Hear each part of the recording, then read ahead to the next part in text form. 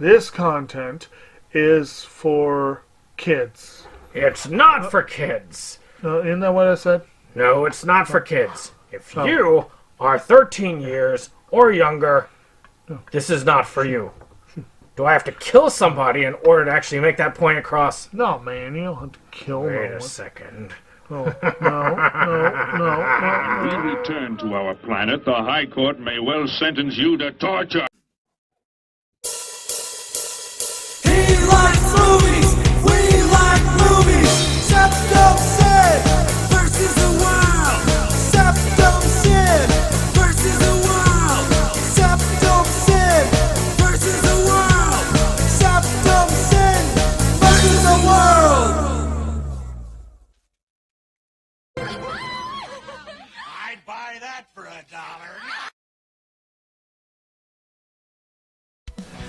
Greetings and welcome to another episode of SeptumSin versus the World. I'm SeptumSin, and today I'm going to show you what I got. Show me what you got. I want to see what you got. Oh boy. Alright, so, this is kind of more of an impromptu one. There's just a whole bunch here, and Jake and I don't really get to do these as often as I would like to. And I've got a lot of pickups to go through, and I just went through a whole pile. I went to a director, his name is, let's see here, Ryan Cavaline? I'm butchering your name, I'm sorry. But he does these, I'm going to actually include his link to his film stuff down below so that you can buy these if you think that they look interesting. Legend Hunter Filmz, I believe, is the name of the particular company. So I will, like I said, I'll put a link down below so that you can purchase any of these if they look like they might be of interest to you.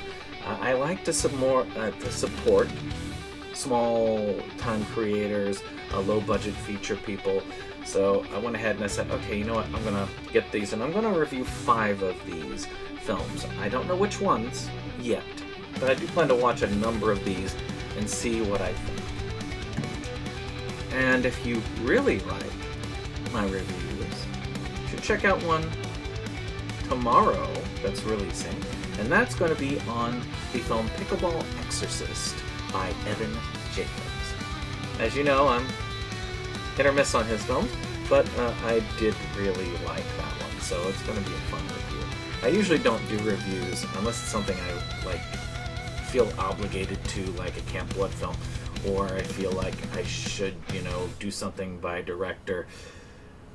That's the only time I will actually review a film that I don't like or I'm kind of iffy about.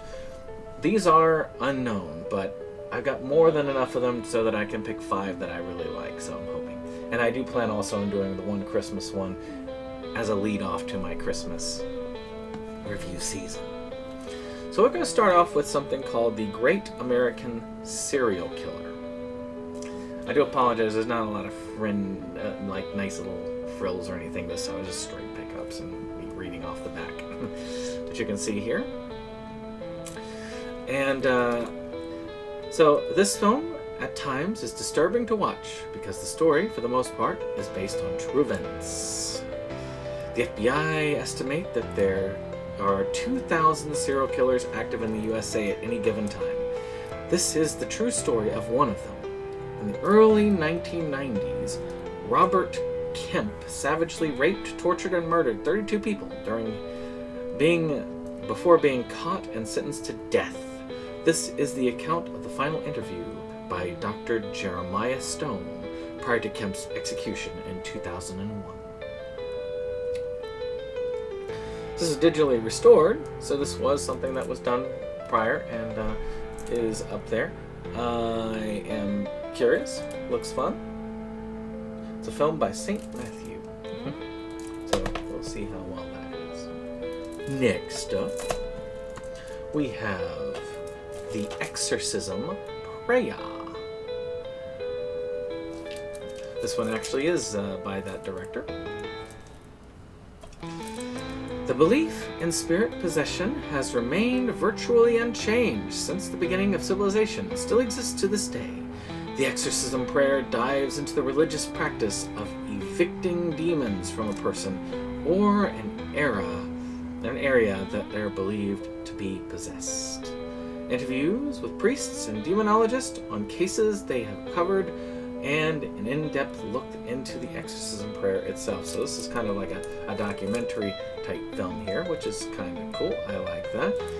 And I need more documentaries in my collection, so kind of cool to have that. Let's see here. What do we have? Do we have anything else there? No major like extras or anything. If there are, I'll let you know as we go. So the one Christmas one, which I will be trying to cover right before the holiday season, is right here. Down the Chimney with a Shotgun. I love that title. That is great. I mean, you can't get better than that. That's just perfect title there. A Christmas anthology based on Christmas folklore from around the world. The legend of Hans Trop, better known as the dreaded Christmas scarecrow, Christmas hell, even Christmas holds its own judgment during the holiday season. Santa's Little Scalper, a special doll made for the children whose behaviors needed extra attention.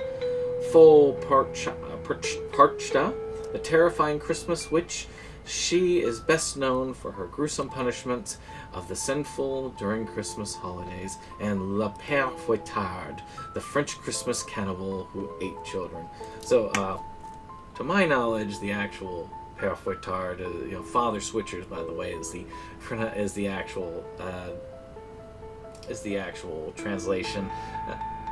I don't recall him eating people, but you never know. Maybe those switches were used like as just put it in there and you can roast them. I don't know.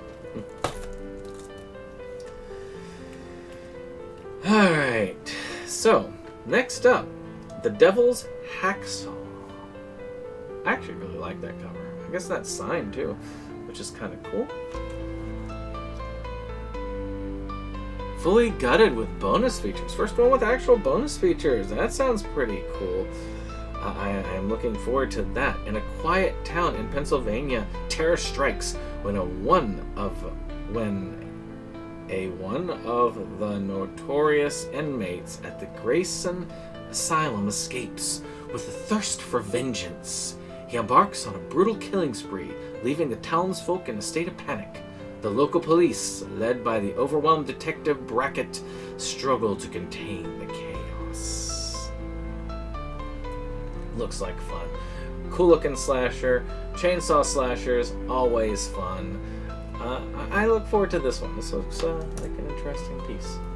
They all looked so good, so I'm just like, you know what? Can I just get all of them? Just let me buy all of them, and that way I'm contributing and helping out, and I get to see the breadth of this person's collection. I think I might just sit down and just say, I'm going to prioritize it. I'm going to just take these over, and I'm just going to watch them all. I won't review them all.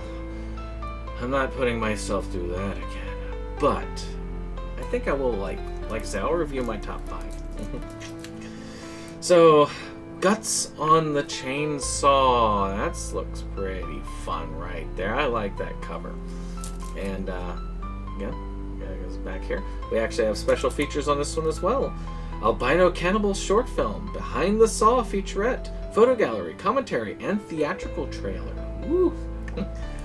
After a traumatizing event, Nova tries to put the pieces of her life back together to prove she isn't crazy. Her friends and family have her convinced that the events which occurred were due to her self-inflicted behaviors. Ignoring them all, Nova sets off for one last hike through the backwoods of Pennsylvania to face her fears. But watching from the forest is a clan of inbred cannibals with the irrepressible taste for human flesh and monstrous brutality. That has kind of a wrong turn feel to it, doesn't it? Especially more that remake, which was, by the way, really good. I liked the remake. The Wrong Turn series kind of had a hit or miss quality to it. And when it was a miss, it was kind of a turn-your-stomach miss quality. But that remake was really good. I really liked it. It just flew under the radar. Underappreciated. I think the main series kind of screwed it up. There's one here. Inherited Scars, a dark comedy. We got some more bonus materials, movie trailer, Making Scars, Choking the Wishbone, Barflies, web series.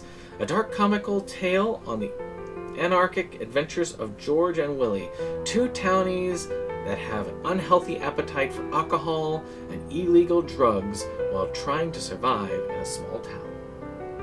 With no hope of rehabilitation for either of them, George and Willie find themselves in a series of manic and bizarre situations which distracts both of them in their quests to find a job, love, and the meaning of life.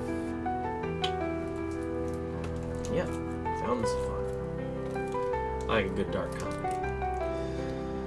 So here's another one. I think this is another documentary. The Legend of David Lewis.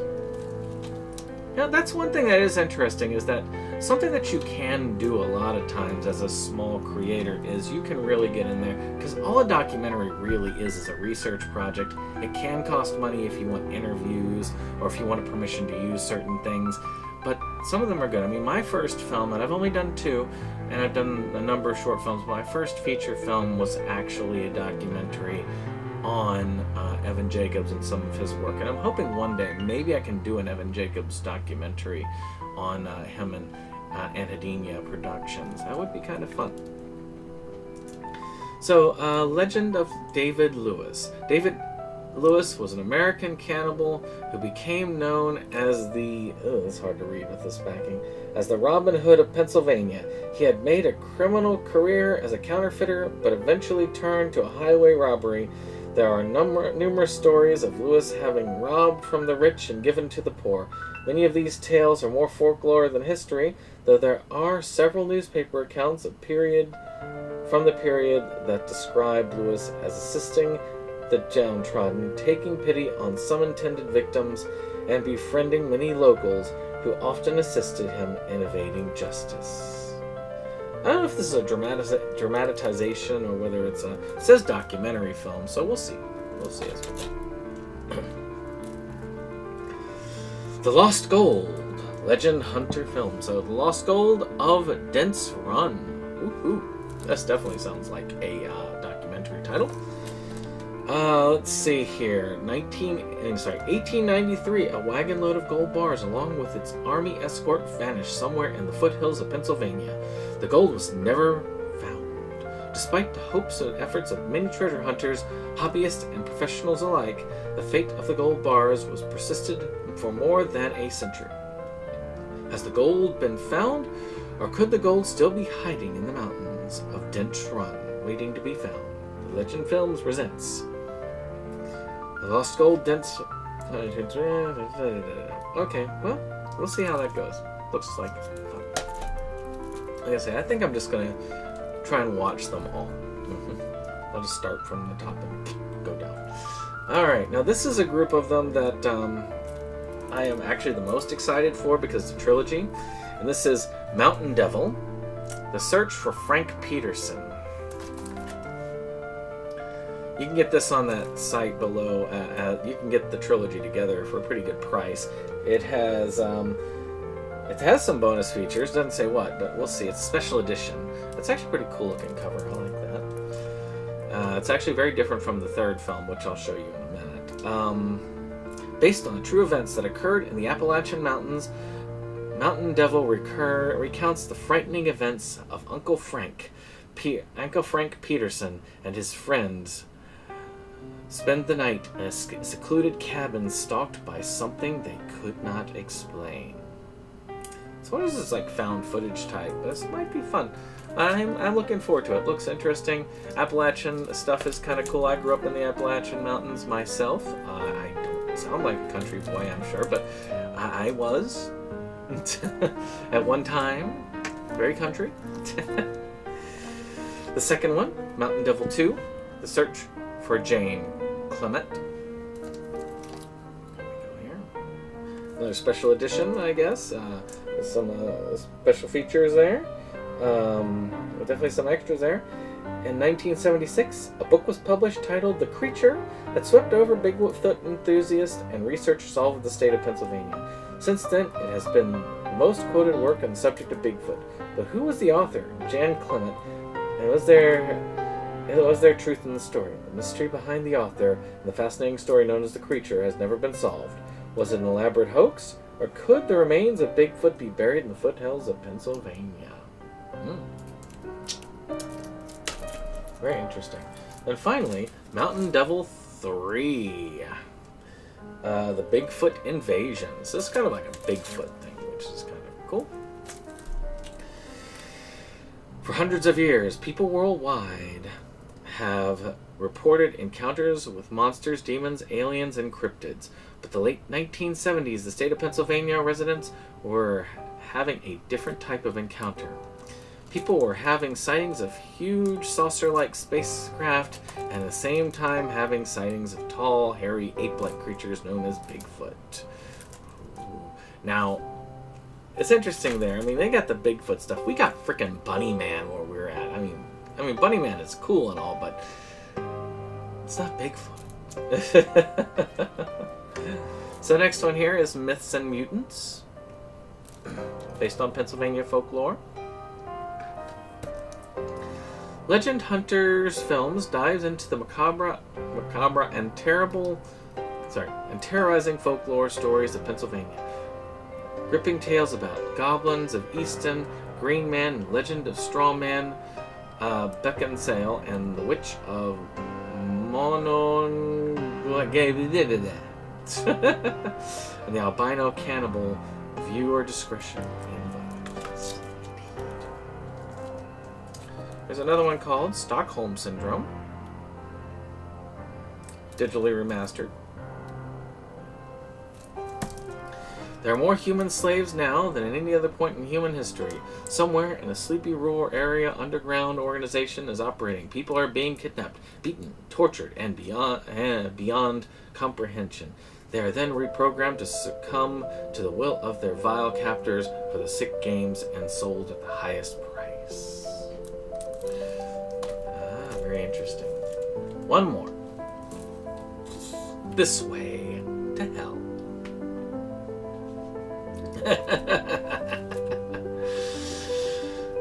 Azalea was left for dead. But before she took her last breath, she made a deal with a demon from the pits of hell. Fueled by an insatiable desire for revenge, she vows to get even with every person who contributed to the loss of her child, her husband, and the attempt of her own life. Got some bonus materials. Got the Raising Hell featurette, director's commentary, some fun stuff. So this is a kind of cool mix here. I really do think this might be fun to go through. I'm looking forward to it. I expect some decent quality, maybe. I mean, I just finished Camp Blood 666 Part 2's review, and gotta be better than that. So, let's hope for some fun stuff, and best wishes, and thank you for this. And if any of that sounded cool to you, check out this below. In my opinion, any type of, purchase towards small-time creators is a good thing. Keep the creativity going, keep the work going, and we'll see you on the next one. Bye-bye. This is the end of the show. We hope you liked it though. We had our spend, had time afraid. It's almost time to go. This is the end of the show. But we felt you'd like to know. A bunch of friends right to the end. A link just down below. This is the end of the show. So help us let you know. 'Cause here's Jake to say the things we thought just couldn't go. And now we would like to take a moment to thank our friends at the Rebel Gaming Club for our rollicking opening number that has been gracing our videos for some time now. And we want to thank all our friends who come out for various projects and what have you. We have numerous links below, and we very much encourage you to check them out and give other people a visit as well. Hello, my friends! Hey! Yeah! Eddie, you're in too! Pour yourself a